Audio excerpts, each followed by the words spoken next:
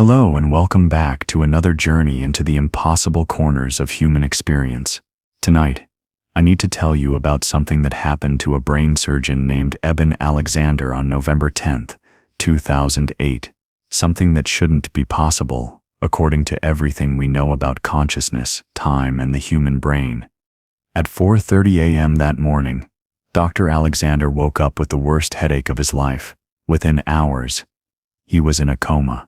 His brain was being eaten alive by E. coli bacteria, something that happens to fewer than 1 in 10 million adults.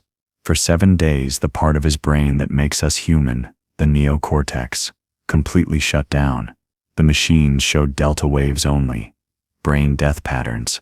His doctors, colleagues who knew him well, started discussing organ donation with his family. But here's where our story takes a turn into the impossible. During those 7 days of clinical brain death, Eben Alexander wasn't experiencing nothing. He was living another life, a complete, detailed, 2-year-long life, in another realm. When he woke up on day 7, something his doctors called medically impossible, he remembered every moment of those 2 years, every conversation, every face, every emotion. Now, I know what you're thinking. Near-death experiences, sure. White lights, deceased relatives, feelings of peace. We've heard these before.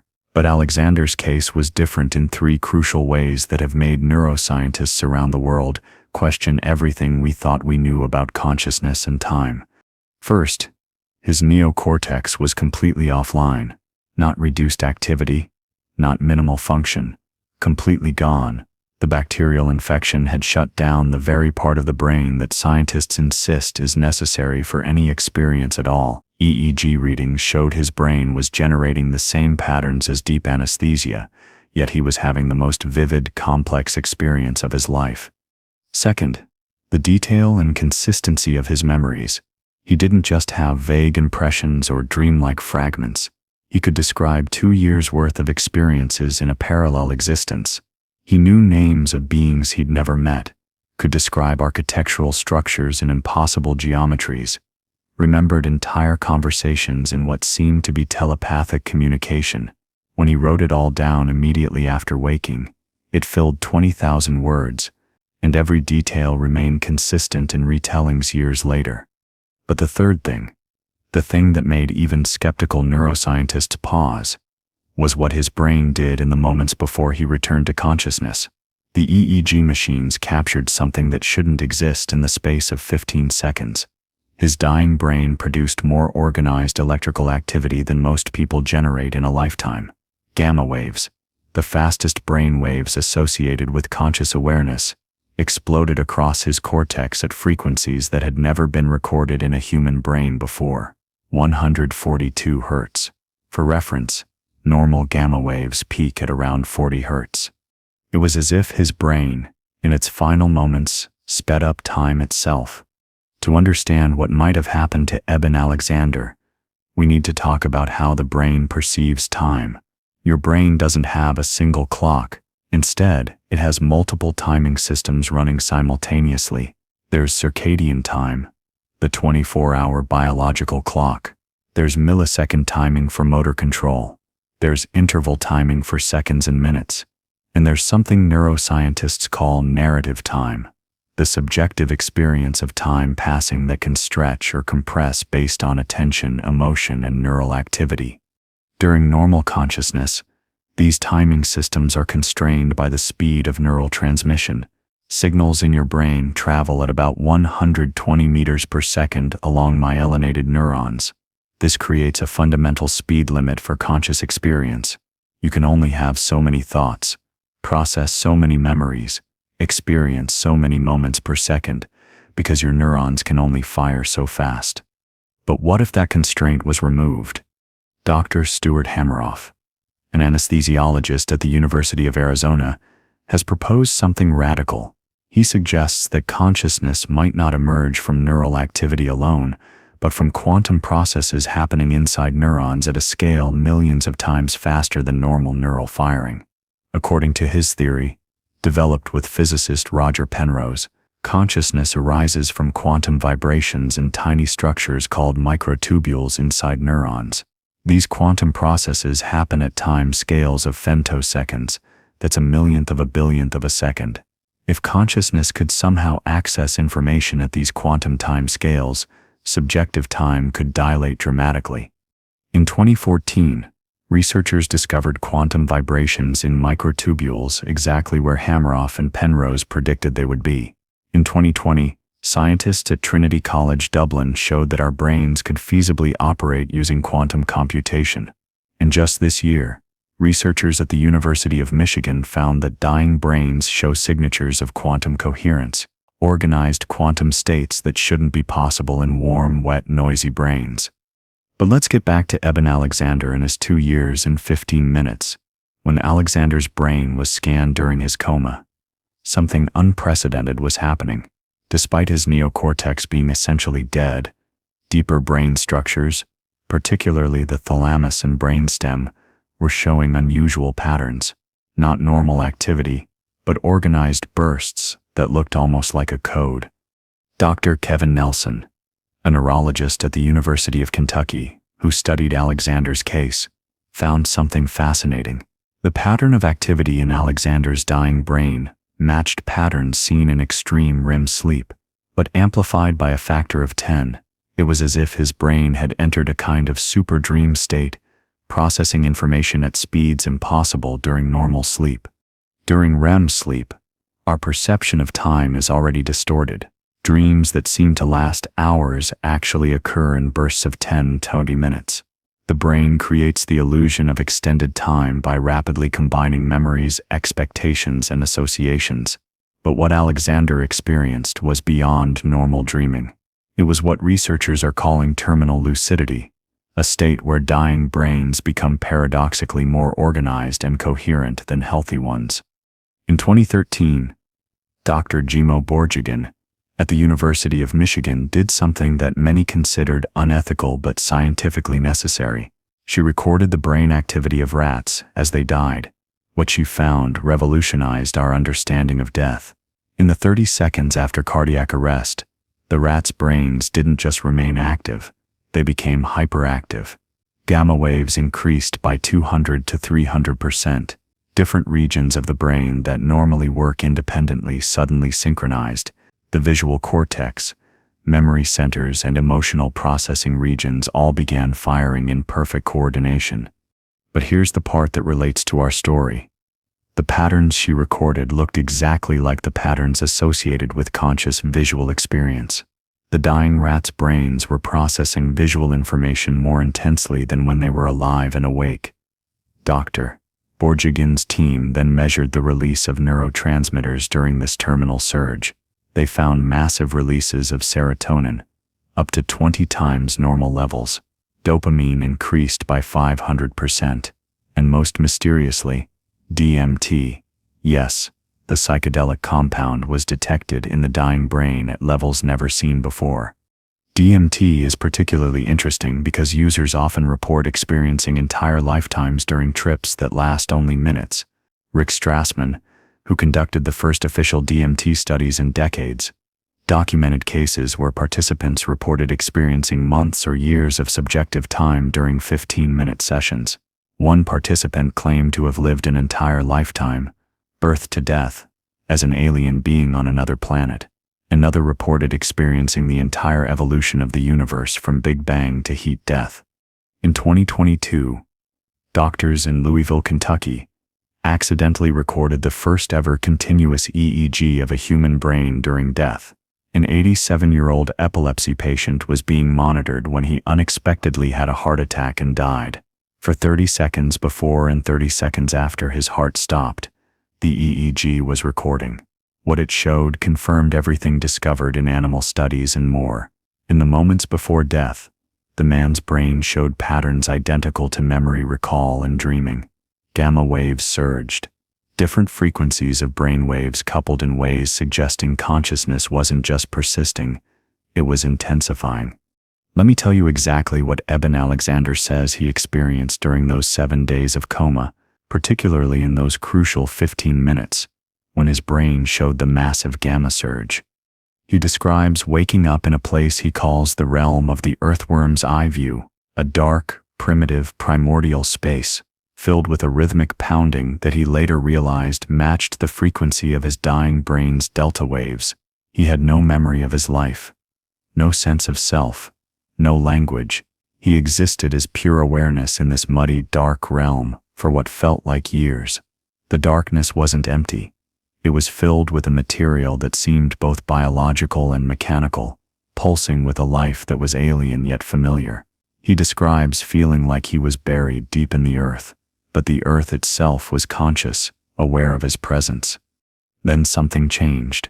A spinning white light appeared, accompanied by a perfect musical note that he describes as living sound. The light opened up into a valley of indescribable beauty, explosively vibrant, with millions of butterflies forming a river of life. But these weren't ordinary butterflies. Each one, he says, was a soul, a conscious entity with its own history and purpose. He could feel their individual experiences while simultaneously experiencing the collective consciousness they formed together. Alexander describes time in this realm as perpendicular to earthly time. Events didn't happen in sequence, but all at once, yet somehow still had causality.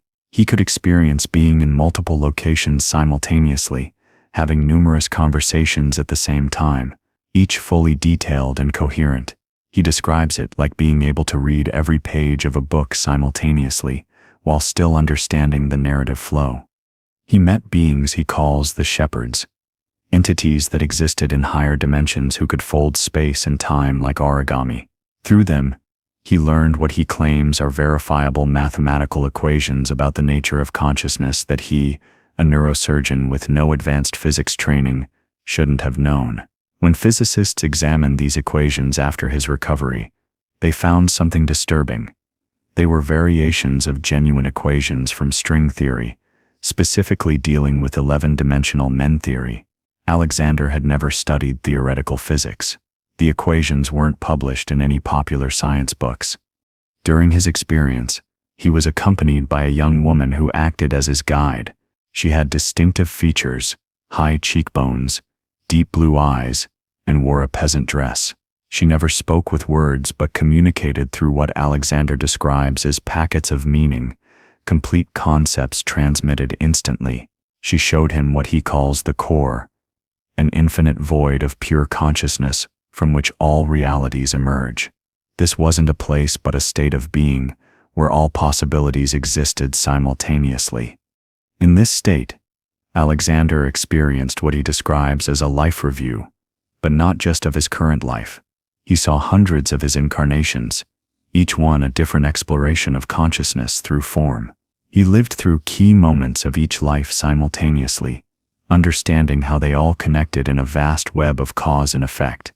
He saw how actions in one life created ripples that affected dozens of others, how consciousness was learning about itself through these multiple experiences. One of the most profound parts of his experience was what he calls the download. Over what felt like months, he received information about the nature of reality, consciousness, and the purpose of existence.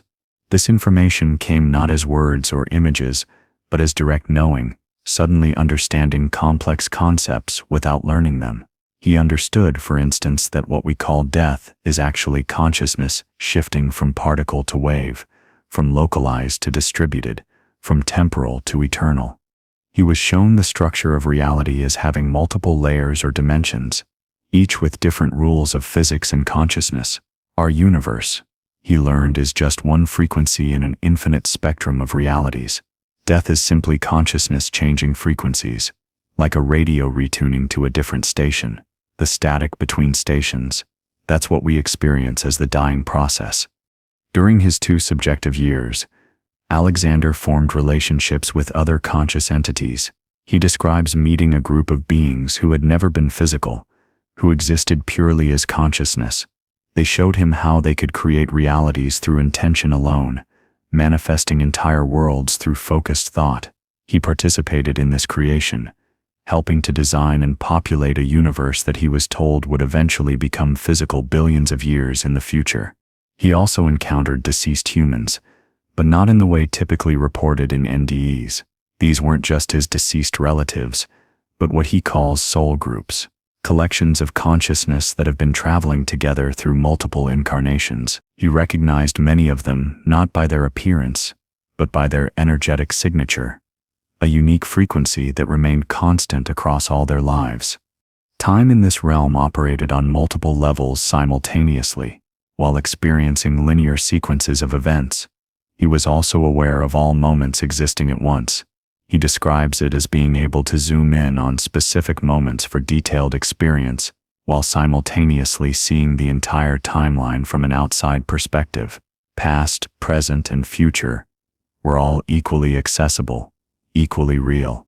4 months after his recovery, Alexander received a photograph from his biological family. He had been adopted and only recently connected with them.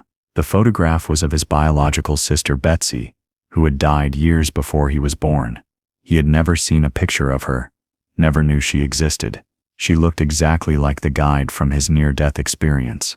The match wasn't similar, it was identical, down to the specific dress she wore in the photograph. On the 7th day of his coma, November 17, 2008, at 6:37 a.m., something medically impossible happened. Eben Alexander opened his eyes and spoke. His first words weren't confused, mumblings typical of coma recovery. He said, clearly and distinctly, "Thank you," not to the doctors or his family, but to something or someone they couldn't see.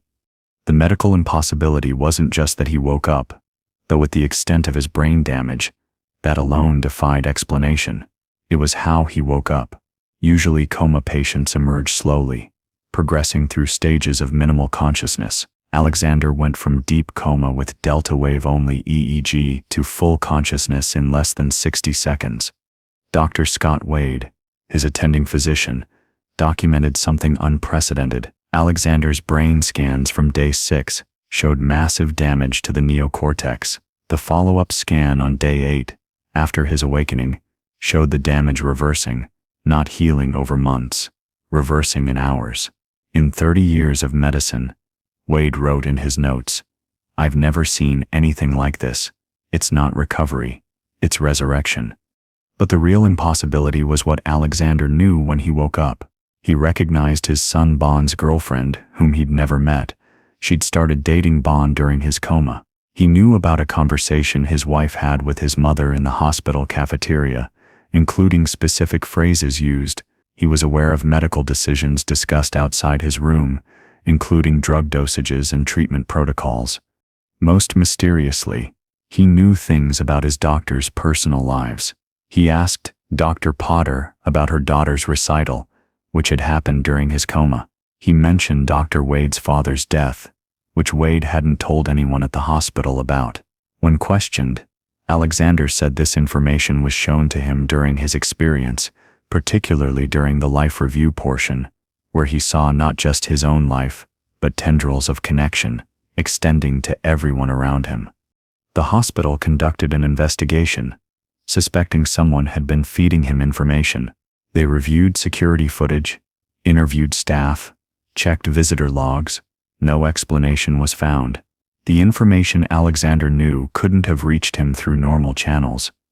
Dr. Bruce Grayson, Professor Emeritus of Psychiatry at the University of Virginia, has studied over 1,000 near-death experiences. He says Alexander's case is unique, not just for its duration, but for its informational density. Most NDEs involve simple scenarios: tunnels, light, deceased relatives. Alexander brought back complex, novel information that shouldn't have been accessible to a dying brain. The EEG evidence is particularly compelling. During Alexander's coma, his brain was monitored continuously. The recordings show something that shouldn't exist: organized, coherent patterns during deep coma states, where the cortex was non-functional. Dr. Lance Becker, an emergency medicine specialist at Penn Medicine, has found similar patterns in other patients. Using a new technique called processed EEG, he's discovered that seemingly dead brains often show organized electrical patterns at frequencies too low for standard EEG to detect. Post-recovery scans revealed new neural pathways that hadn't existed before his coma. Connections between usually isolated brain regions, particularly between the ancient brainstem structures and the modern neocortex, had formed during his recovery. These new connections might represent quantum channels, neural pathways that maintain quantum coherence longer than normal neurons. Eben Alexander isn't alone. Dr. Pim van Lommel, a Dutch cardiologist, studied 344 cardiac arrest patients who were clinically dead. Of the 62 who reported near-death experiences, several described living months or years in other realities during mere minutes of cardiac arrest. One patient, identified only as patient 12, was dead for 4 minutes and 37 seconds. During that time, he reported living 6 months in a reality where he had a different family, a different job, spoke a different language. When he woke up, he could speak basic phrases in Hungarian, a language he'd never studied. Linguistic analysis confirmed his Hungarian was grammatically correct but limited, like someone who'd lived there for about 6 months. Then there's Anita Morjani, who was in a coma dying from lymphoma in 2006. Her organs had shut down, and doctors gave her hours to live. During her coma, which lasted 30 hours, she experienced what she describes as millennia of understanding. When she woke up, her cancer began disappearing. Within weeks, she was cancer-free. Oncologists have no explanation. Late-stage lymphoma doesn't spontaneously remit. Dr. Mary Neal, an orthopedic surgeon who drowned in a kayaking accident in Chile, was underwater for 27 minutes. During those 37 minutes of clinical death, Neal reports living through detailed experiences that she says lasted timeless time. She was shown her future, including her son's death in a car accident at age 19. 10 years later, her son died in a car accident on the exact date she was given. Alexander's case had another extraordinary element: shared death experiences. His sister Phyllis reported having vivid dreams about him during his coma week.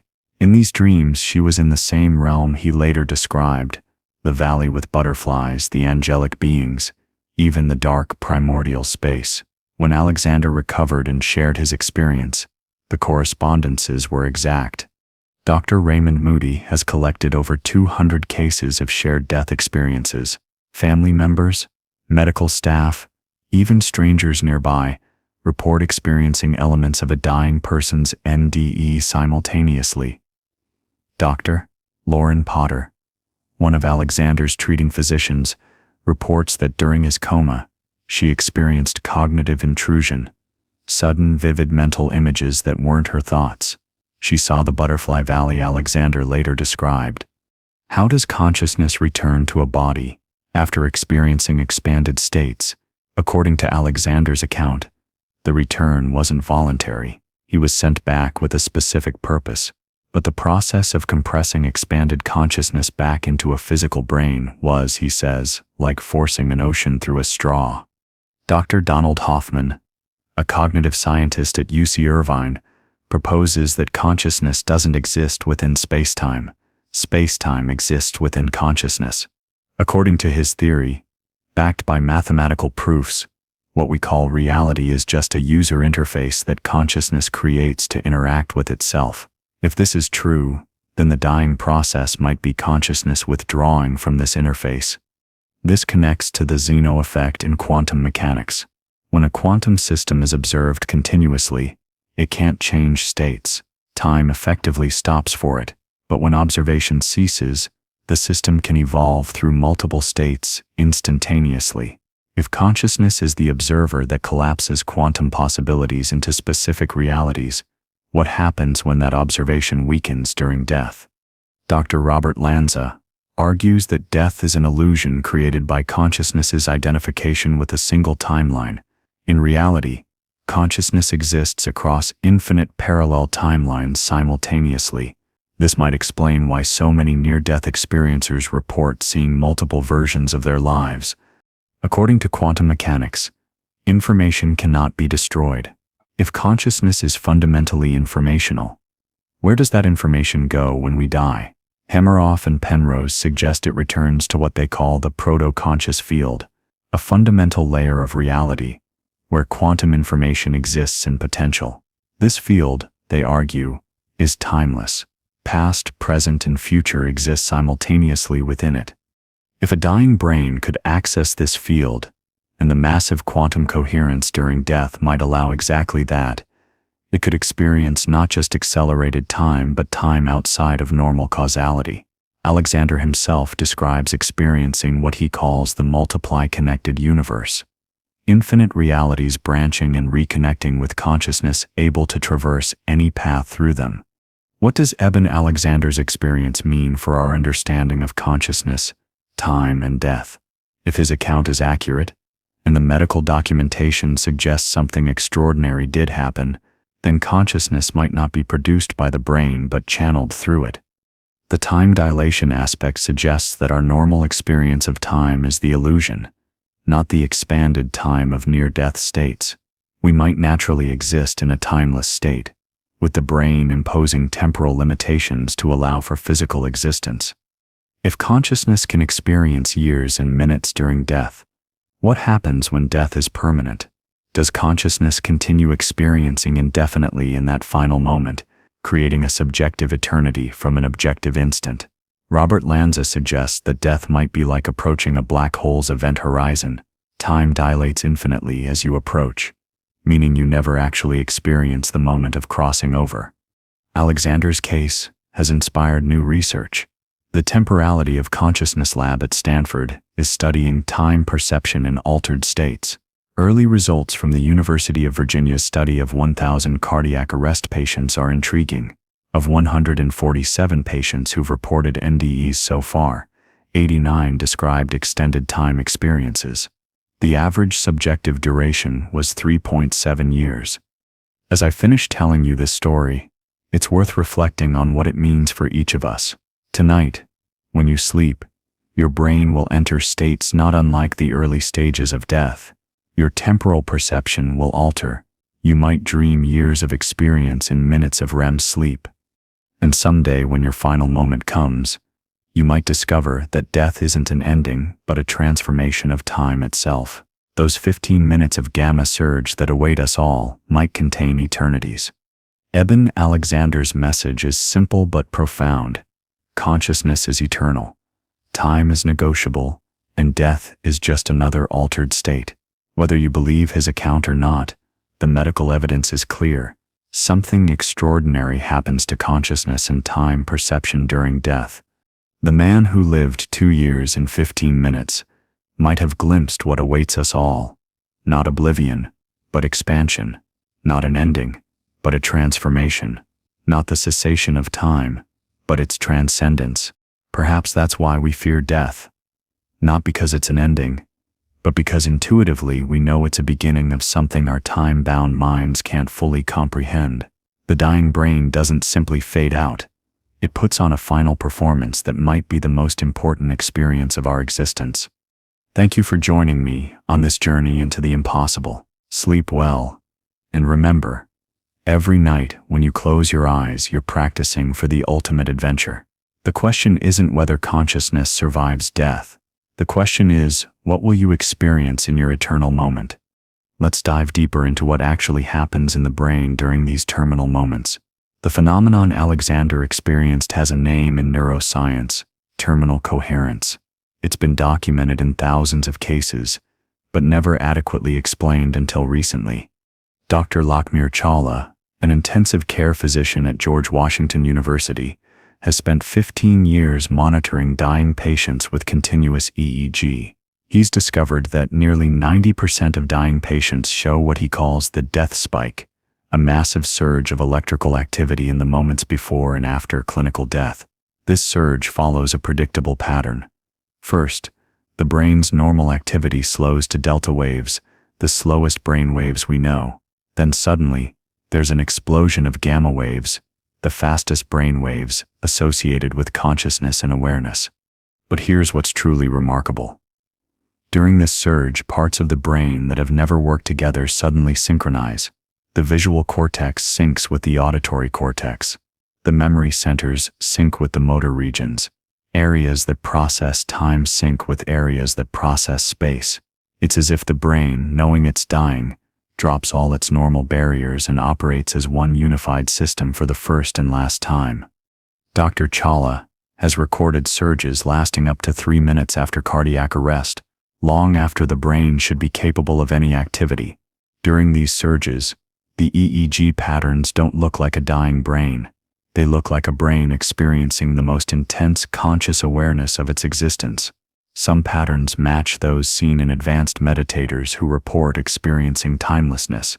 Others match patterns seen during profound psychedelic experiences where users report living entire lifetimes. The neurotransmitter flood during these moments is equally extraordinary.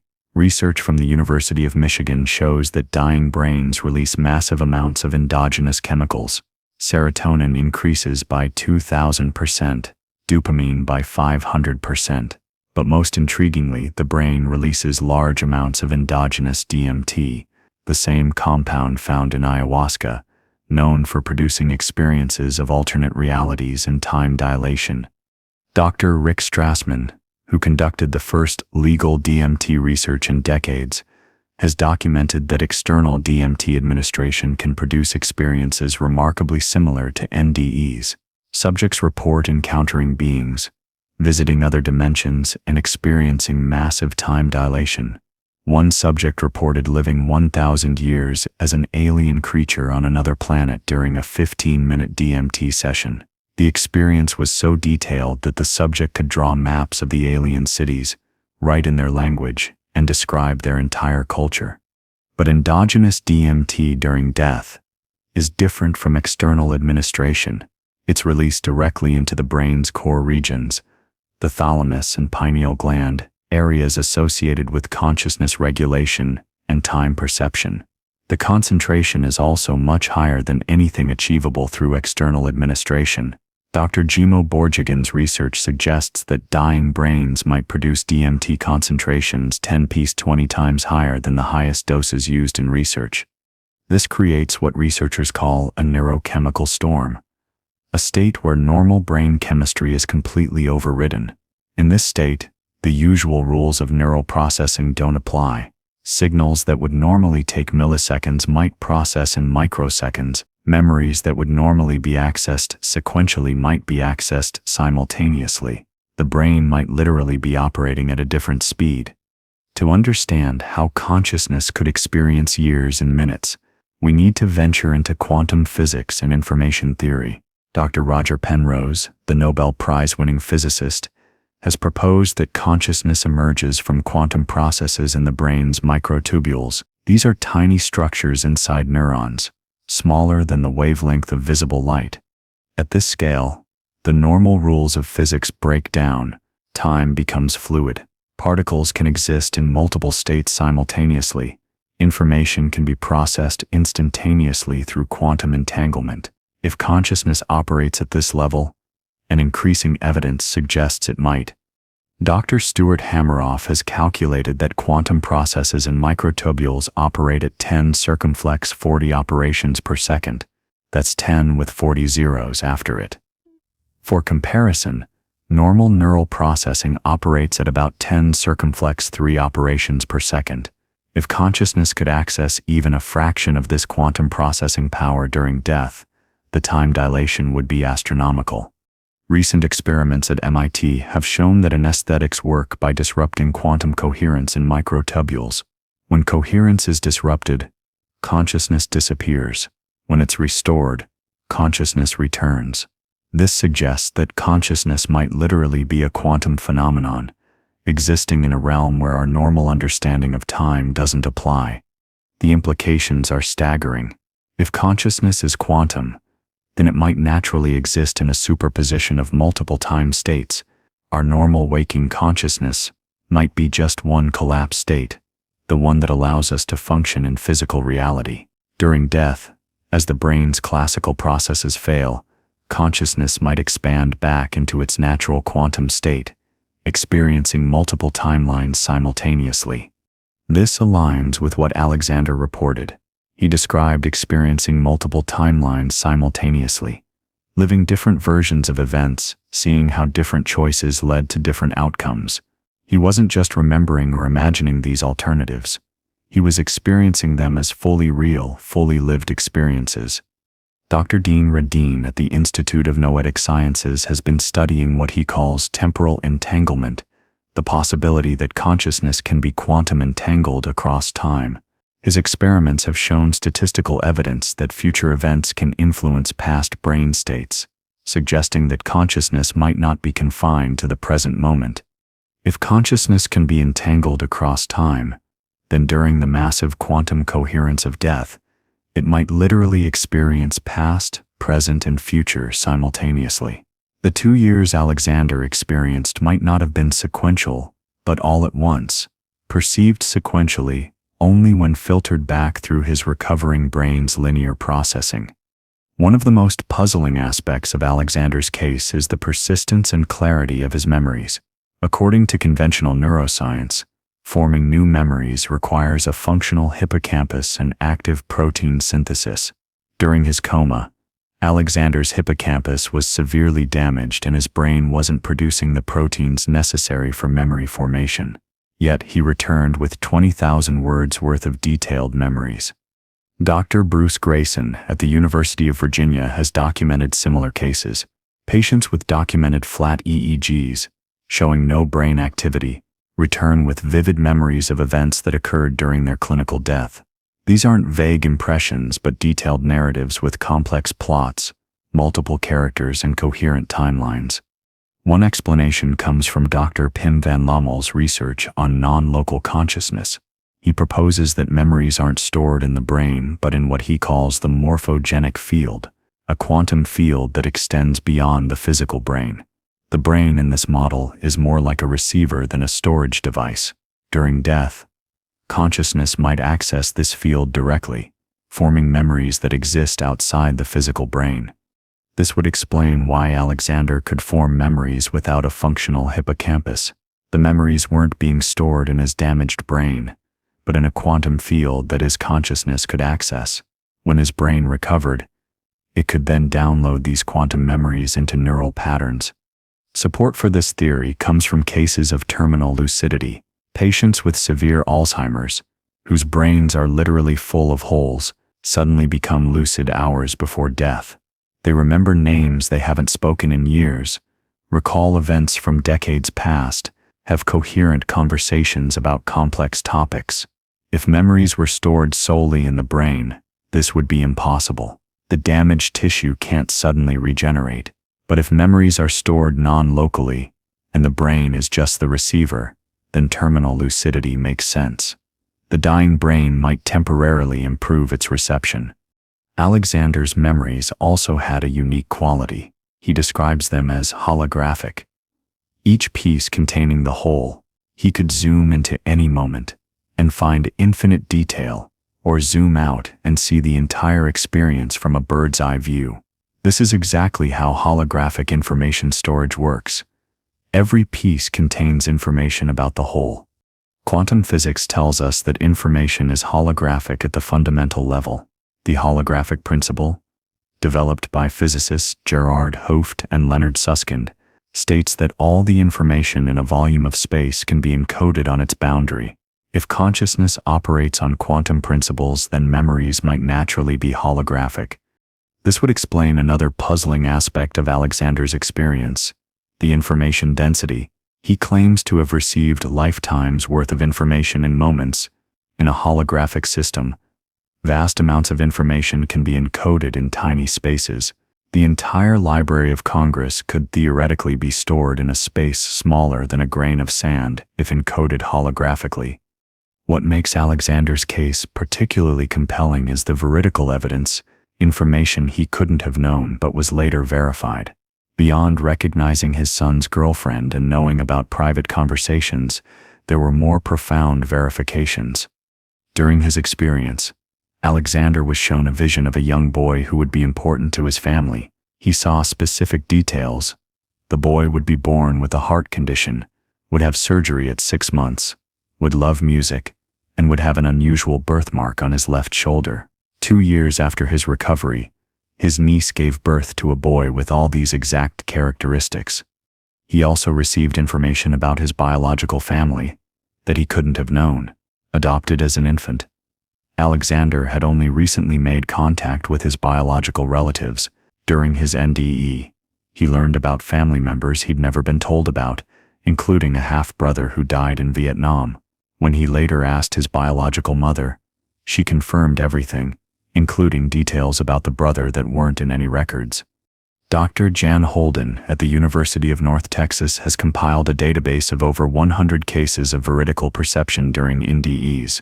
These include patients accurately describing events in other rooms, identifying objects placed on high shelves invisible from their position, and knowing about events happening miles away. The statistical probability of these accurate perceptions happening by chance is less than 1 in a trillion. In Alexander's case, one of the most striking verifications involved medical knowledge. During his experience, he was shown what he describes as the blueprint of healing, specific information about how consciousness interfaces with biology to create health or disease. When he returned, he could describe cellular processes he'd never studied, including specific protein folding patterns involved in neurodegenerative diseases. Dr. Robert Lanza, the stem cell researcher who developed biocentrism theory, examined Alexander's descriptions and found them remarkably accurate. Some of the processes Alexander described hadn't even been discovered yet, but were confirmed by research published years later. Either Alexander had impossibly lucky guesses, or he accessed real information during his experience. Almost everyone who experiences extended NDEs reports profound, permanent transformation. In Alexander's case, the changes were dramatic and measurable. Brain scans taken months after his recovery showed permanent alterations in his neural structure.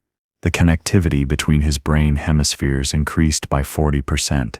New neural pathways formed between regions that don't typically communicate. His brain literally rewired itself. Psychologically, Alexander underwent what researchers call a quantum personality shift. His colleagues reported that, while he retained his medical knowledge and basic personality, he became a fundamentally different person.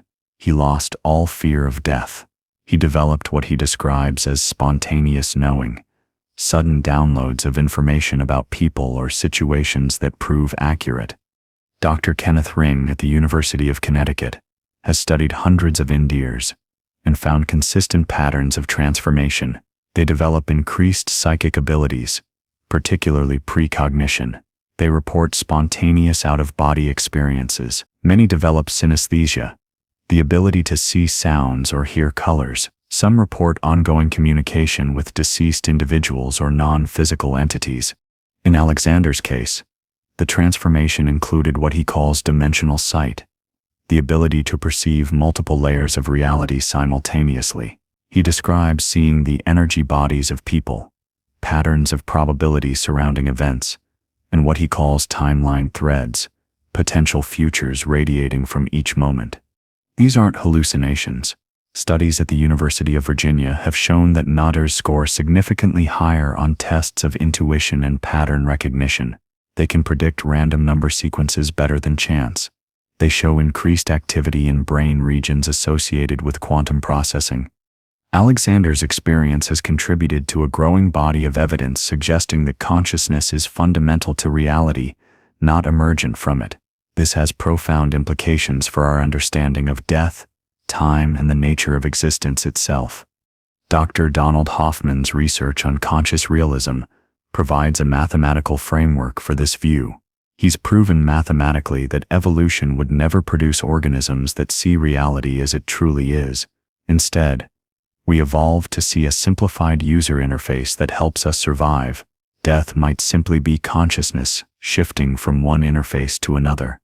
The Global Consciousness Project at Princeton University has documented that human consciousness can influence quantum random number generators during events that capture global attention: 9/11 events, major earthquakes, celebrity deaths. The generators show non-random patterns. If consciousness can influence quantum systems, and if quantum systems are fundamental to reality, then consciousness might literally create reality through observation. This aligns with Alexander's report that during his experience, he participated in creating realities through conscious intention. He describes working with other entities to design physical universes, setting the parameters that would allow for life, consciousness, and evolution. He wasn't just observing, he was participating in the creative process of reality itself. The implications extend to our understanding of time. If consciousness creates time rather than existing within it, then death, the cessation of individual consciousness, might not mean the end of experience. Instead, it might mean expansion into a timeless state where all moments exist simultaneously. Dr. Julia Mossbridge at Northwestern University has been studying presentiment, the ability of the human body to respond to future events before they happen.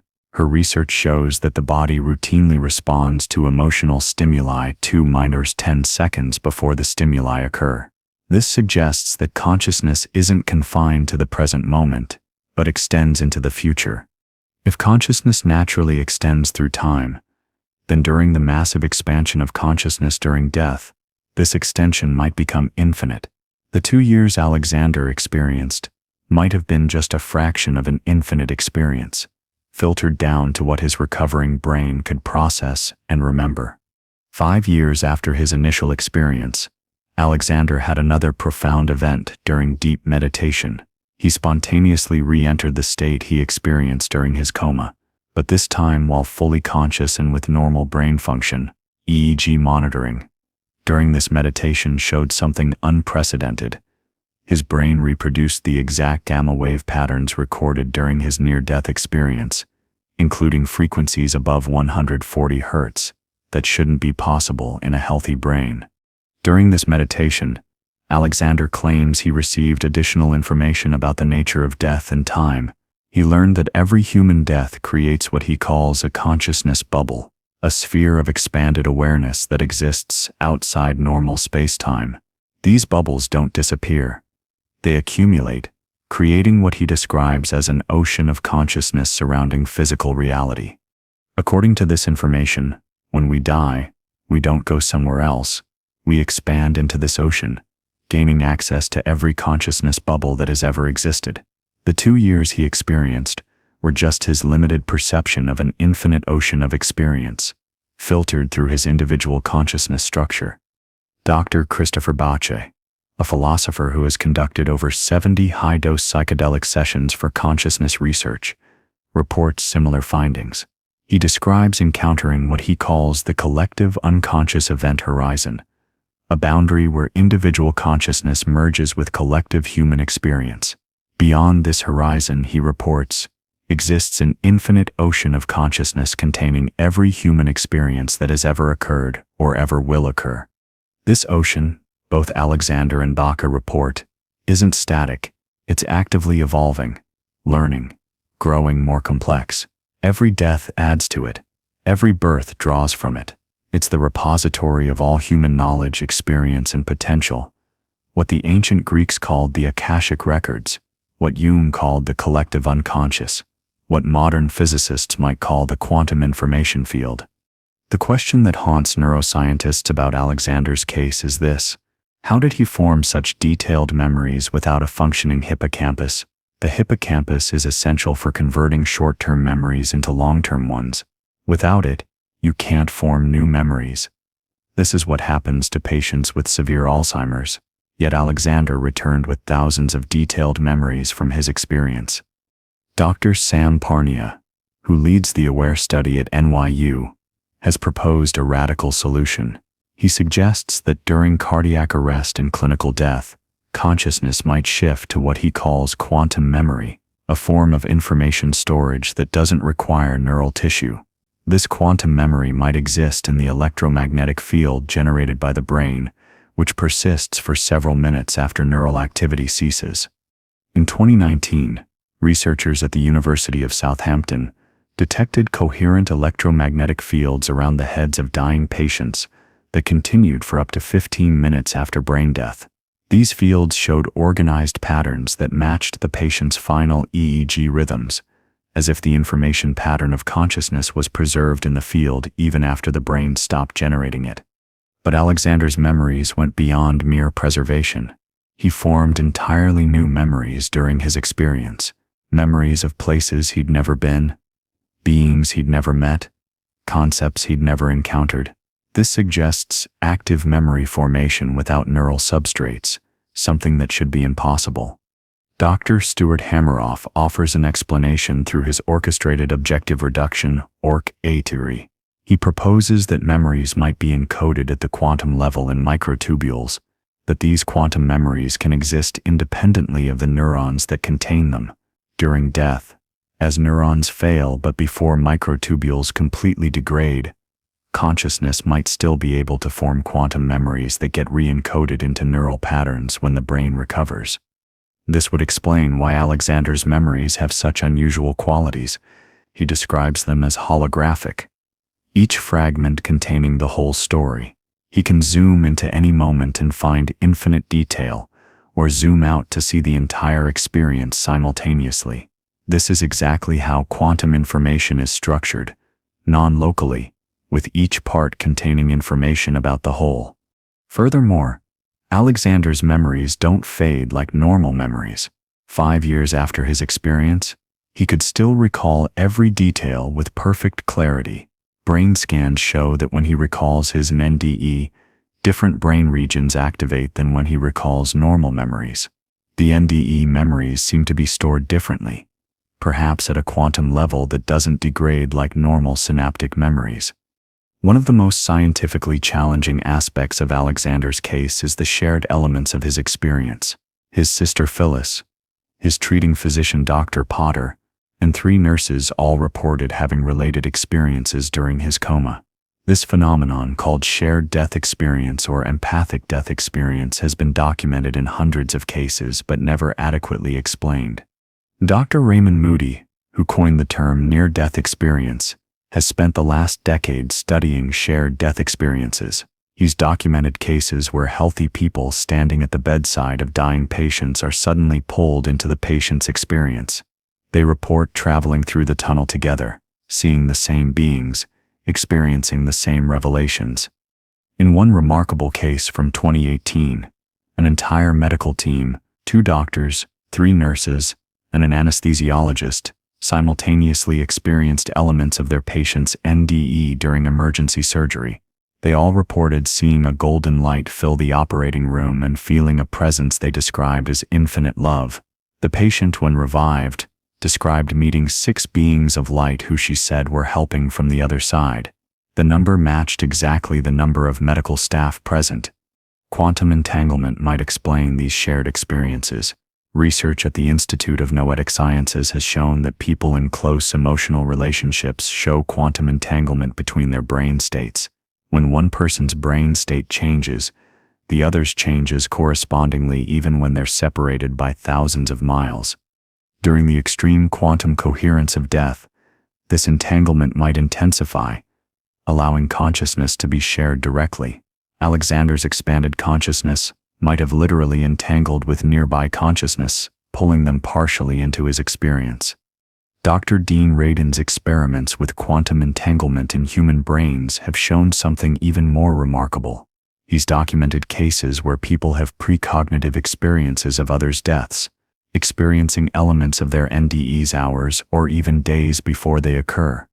This temporal entanglement might explain why Alexander's sister had dreams about his experience before he told anyone about it. She might have been quantum entangled with his experience across both space and time, accessing information that hadn't yet been communicated through conventional channels. The implications are staggering. If consciousness can be shared during death, if experiences can be transmitted directly from one mind to another through quantum entanglement, then death might not be the solitary experience we imagine. We might die together in ways we're only beginning to understand. During his experience, Alexander describes receiving what he calls the download, vast amounts of information transmitted instantly into his consciousness. This wasn't learning in the conventional sense, but direct knowing, suddenly understanding complex concepts without any process of education. He received mathematical equations he shouldn't have known, including variations of string theory equations dealing with 11-dimensional space. When physicists examined these equations, they found them to be mathematically valid, though slightly different from published versions. The differences, some physicists suggest, might represent solutions to problems in current theory. Alexander also received information about biological processes he'd never studied. He could suddenly describe protein folding patterns in neurodegenerative diseases, the role of quantum coherence in photosynthesis, and the mechanism by which consciousness interfaces with DNA to influence gene expression. Much of this information has been confirmed by subsequent research. Dr. Marjorie Woollacott, a neuroscientist at the University of Oregon, has studied similar cases of sudden knowledge acquisition during NDEs. She's documented over 50 cases of people returning from NDEs with advanced knowledge in fields they'd never studied. One woman returned able to perform complex mathematical calculations she couldn't do before. A child came back understanding quantum physics concepts. A musician gained the ability to compose in musical styles he'd never studied. The source of this information remains mysterious. Alexander describes it as coming from what he calls the core, an infinite repository of all knowledge that exists outside space-time. This aligns with concepts from various traditions, the Akashic records of Hinduism, the collective unconscious of Jung, the implicate order of physicist David Bohm. Modern physics offers a potential mechanism. According to the holographic principle, all information in the universe might be encoded on its two-dimensional boundary. During the expanded consciousness of death, awareness might gain access to this holographic boundary, downloading information that's normally inaccessible. Dr. Nassim Haramehn's unified field theory proposes that all information in the universe is connected through what he calls the holo-fractographic universe, a fractal structure where every point contains information about the whole. Consciousness, in this model, is the mechanism by which this information becomes accessible. During death, as consciousness expands, it might gain access to progressively larger scales of this universal information structure. Alexander describes his return to his body as the most difficult part of his experience. He uses the metaphor of forcing an ocean through a straw, trying to compress infinite awareness back into the limited container of a human brain. This process, he says, was accompanied by the most intense suffering he'd ever experienced. Not physical, but existential. The agony of limitation after experiencing limitlessness. The medical records from his recovery support this description. As he began to emerge from the coma, his vital signs showed extreme stress responses. His cortisol levels spiked to 10 times normal. His brain showed chaotic electrical activity, shifting rapidly between different frequency bands as if trying to find a stable state. Dr. Pim van Lommel's research on NDE returns shows similar patterns. He's found that the return to body consciousness often involves a period of frequency adjustment where the brain has to recalibrate to physical reality. This can take days or even weeks, during which experiencers report feeling partially out of body, seeing multiple dimensions simultaneously, or experiencing time distortions. In Alexander's case, the adjustment took months. He reports that for the first 3 months after his recovery, he would spontaneously shift into expanded states of consciousness. He would suddenly find himself experiencing multiple timelines, seeing probability fields around people, or knowing things he couldn't possibly know. Brain scans during this period showed unprecedented neural plasticity. His brain was literally rewiring itself, forming new connections at a rate typically only seen in young children. The pattern of rewiring was unique. Instead of following normal developmental patterns, his brain seemed to be creating entirely new architectures, particularly in regions associated with temporal processing and quantum coherence. Alexander's case has sparked fierce debate in the scientific community. Materialist neuroscientists argue that his experience must have occurred during the moments of awakening when his brain was coming back online, but the medical records don't support this.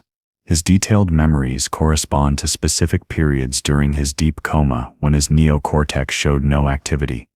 Dr. Christoph Koch, a prominent neuroscientist and former skeptic, examined Alexander's case and admitted it challenges everything he thought he knew about consciousness. If Alexander's experience occurred when his brain was truly offline, Koch wrote, then we need to fundamentally reconsider the relationship between brain and mind. The resistance from mainstream science has been intense. Alexander has been accused of fabrication, delusion, and misremembering, but each challenge has been met with evidence. When skeptics claimed his brain wasn't really inactive, he produced the EEG recordings. When they suggested he was hallucinating from the infection, toxicology reports showed the bacteria hadn't produced hallucinogenic compounds. Dr. Bruce Grayson at the University of Virginia, who has studied NDEs for 40 years, considers Alexander's case one of the most evidential ever documented. The combination of medical documentation, veridical perception, and transformation effects makes this case impossible to dismiss, he states. The implications have sparked new research initiatives. The Templeton Foundation has funded a $5 million study on consciousness during clinical death. The NIH has approved the first official study of DMT release during dying. Major universities are establishing departments dedicated to consciousness studies. But perhaps the most significant impact has been on the researchers themselves. Dr. Eben Alexander went from being a materialist neurosurgeon to becoming one of the leading voices for consciousness surviving bodily death. His transformation mirrors that of many scientists who deeply investigate these phenomena. They enter as skeptics and emerge convinced that consciousness is more than mere brain activity.